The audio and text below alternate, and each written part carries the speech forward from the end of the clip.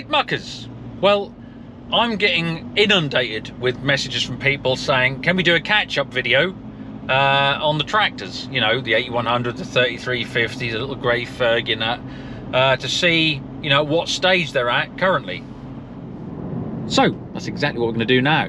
I'll get them fired up and I'll tell you exactly what we've done so far and what's left to do. And with that in mind, roll the titles.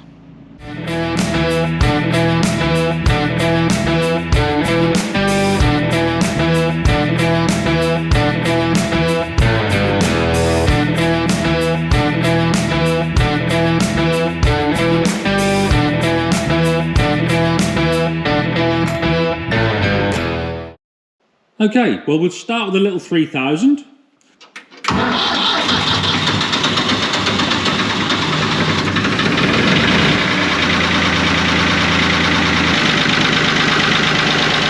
Don't forget, it's got no starting, no heater plugs. It's got no excess fuel, it's retard on the pump, nothing, no cold start, it's just straight up.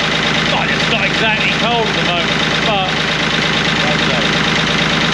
oh, and I used ether on this to get it started initially, didn't I, when I did the will it start? Right, let's give her a squirt and just see what happens.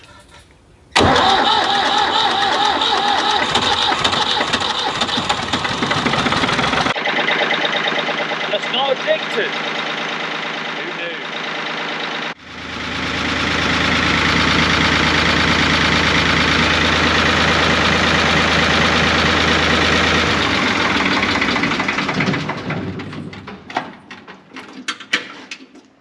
Right. So, what have we got left to do to this? Nothing, really, if I'm honest. It's at a point where I'm quite happy with it. As I said, tin work is okay. It's all, as I said, in its working clothes, not been painted or anything, is as is. It's original. Engine is serviced. So again, not an issue there. Rear tyres, the grass tyres are gone. It's got some agricultural tyres on, as you know. And you can see the video of them being fitted in my video list. And yeah, we put the front grille in, because it was just that mesh grille. We did that little bit up there, didn't we? Just where that had been knocked in a bit. Well, that's been done. Mesh grille has been taken out, new grille put in, and an original bottom panel. Yeah, I'm happy with the old girl. Looks all right. This one is about done. Right, there's this one. Now, not many of you have seen this really close up, because I only just gave you a brief glimpse of it in a video, oh, I don't know, maybe a month or so ago. But yeah, little Fordson Dexta in its original working clothes. Yeah, it is exactly as it came in. So we haven't really done anything with it. It's got some jobs it needs doing to it. It does tend to, like all Dexta seem to, choosing, you know, 3 or 4 gears at once, which can be a bit of a pain when I only want one. Forwards or backwards. See, man, we like to feel that we can get out of trouble quicker than we got into it. But anyway, that's something to sort easy. We'll go through that. We'll look into why it does it and what we're going to do about it. But it's a common problem. But yeah, nice little thing, really. As far as though, will it actually start up? Well, we'll give it a go.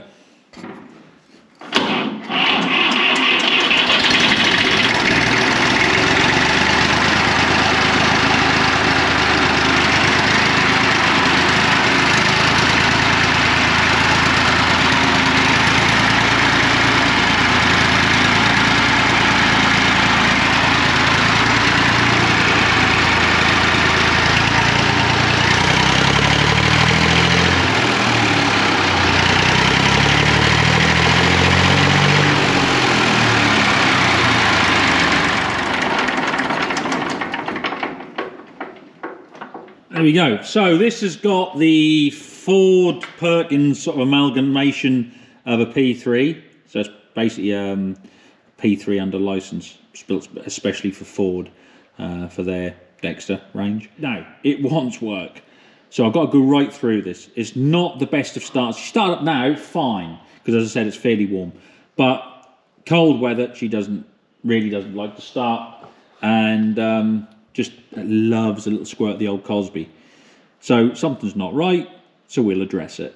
But doesn't need a lot, it just literally needs it on when it's really, really cold. She'll just turn over and just give her a squishy straight up. So again, nothing major, but we need to address it. It's no good to just keep buying more cans of, well, you've always got to have cans of Cosby, just got to have it. But it's the law.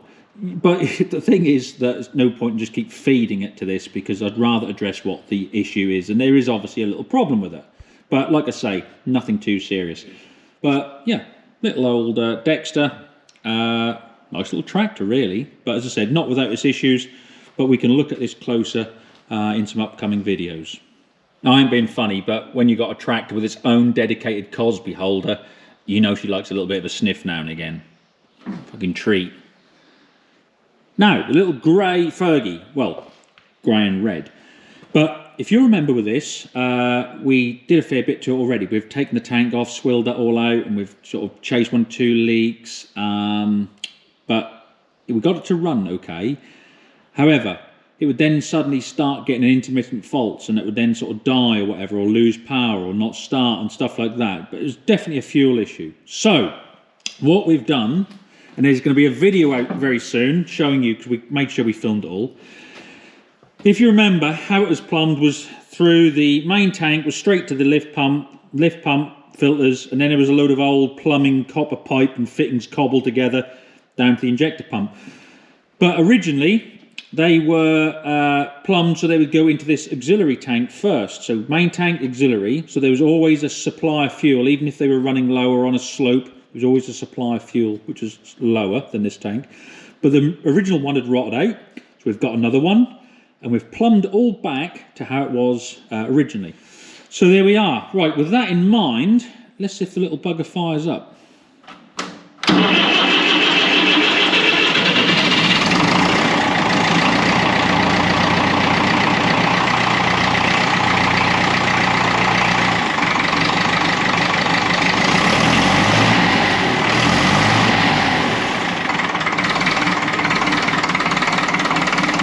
That really is as sweet as a nut.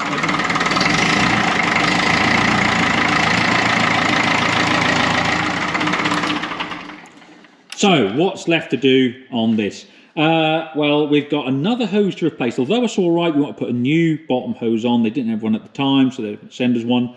So that's all right. Got a bit of adjustment to do on the bonnet here, on the old hood there, just to get it down to sit dead right. We've got to just tweak that, but we're not finished under here yet, so it's pointless doing it. But the fuel system is done and back in place. I want to have a look, just make sure the brakes are all right, and just adjust the brakes. The brakes are actually fairly good.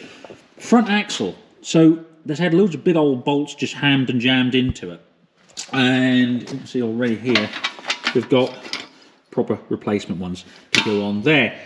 So yeah, 1 or 2 little bits to do, and that's the little Fergie done really, as far as I want to do anything with it. I mean, as I said, she drives well, starts and runs well. Yeah, it's a nice little old tractor.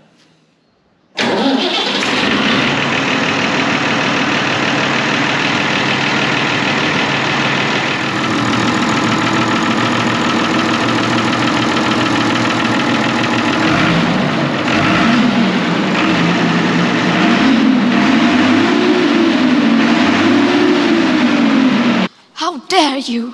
So there we are, 8100. As you remember, looking at previous videos, we serviced it, oil and fuel, and what else have we done to her? Oh yeah, cab interior. So we had that all done, if you remember. Liam kindly supplied all that. It's a very good kit as well.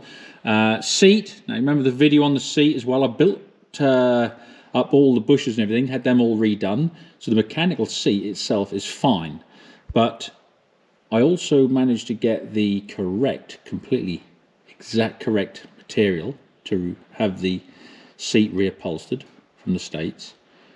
And just as that was about to be done, along came the old coronavirus. So yeah, that didn't happen, but that's something we're going to get on with now. So that's the next thing, is to get the seat recovered on this. And she's about there really. Oh, I got a leak on the end of the axle.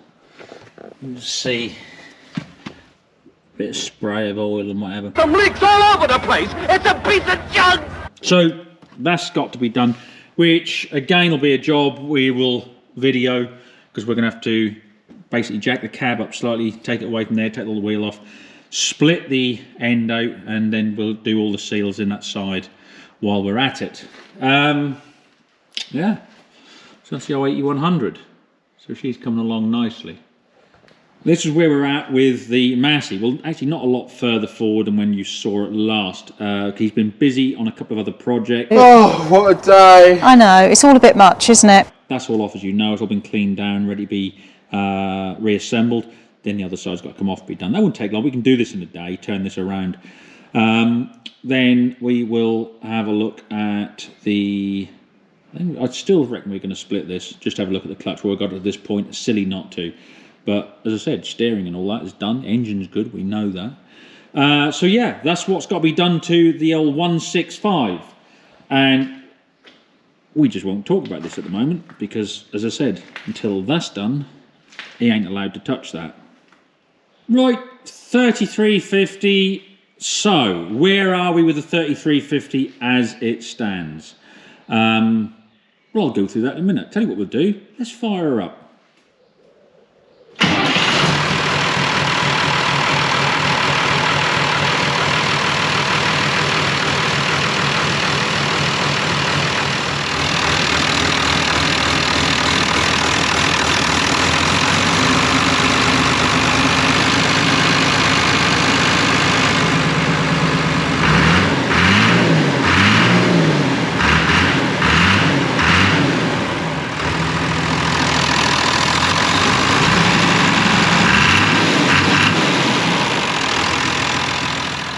So, for those of you that can remember, the engine dropped a valve. Proper fact. One owner from new, I bought it off the original owner, and as I said, dropped a valve, just sort of buggered one of the pistons and sort of messed the head around that one valve. Could have been done just quite quickly, just that and that.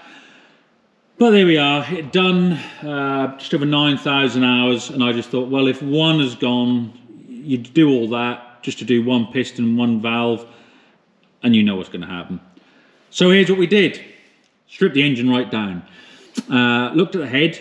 The head could have been all cleaned up and, you know, resurfaced and whatever, and the built up again around that damaged valve. But I just, anyway, got another head. Had that then fully rebuilt, all planed, crack tested, skimmed, then all new valves, guides, springs, rebuilt head completely. Pistons, liners, conrods, big ends, all the shells and everything, all that was done. Now the crank was amazing, because I said, look, if we need to get another crank, we'll have that one reground, we will do. Checked the crank, and it was as if it had done 500 hours. It's like new, incredible.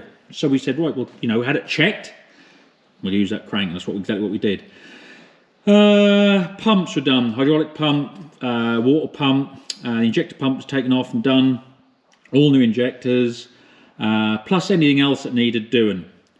Now, just before the valve dropped and buggered that piston, they'd just had the high-low splitter pack and the transmission done, and had a load of other little bits done while they were in there. So that was all good, but I said, look, while we've got this split, when we did the engine, as good as the clutch was probably still at least sort of 50% good. I said, let's just stick a clutch in, so we did. So the new clutch in there. But we have got to do cab interior, because it's all a bit tatty. However, the radio still works. Funny as that may seem, with all this mess, that the radio is the only thing that's really working good, and it's clear as a bell. Don't ask me how. Seat. Now this seat, believe it or not, the mechanics of the seat are really good. Doesn't rock, it isn't worn or nothing like that.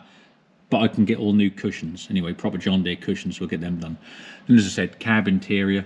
Also, the other side on the actual cab roof, a bough hit it when it was hedge cutting and has cracked the corner.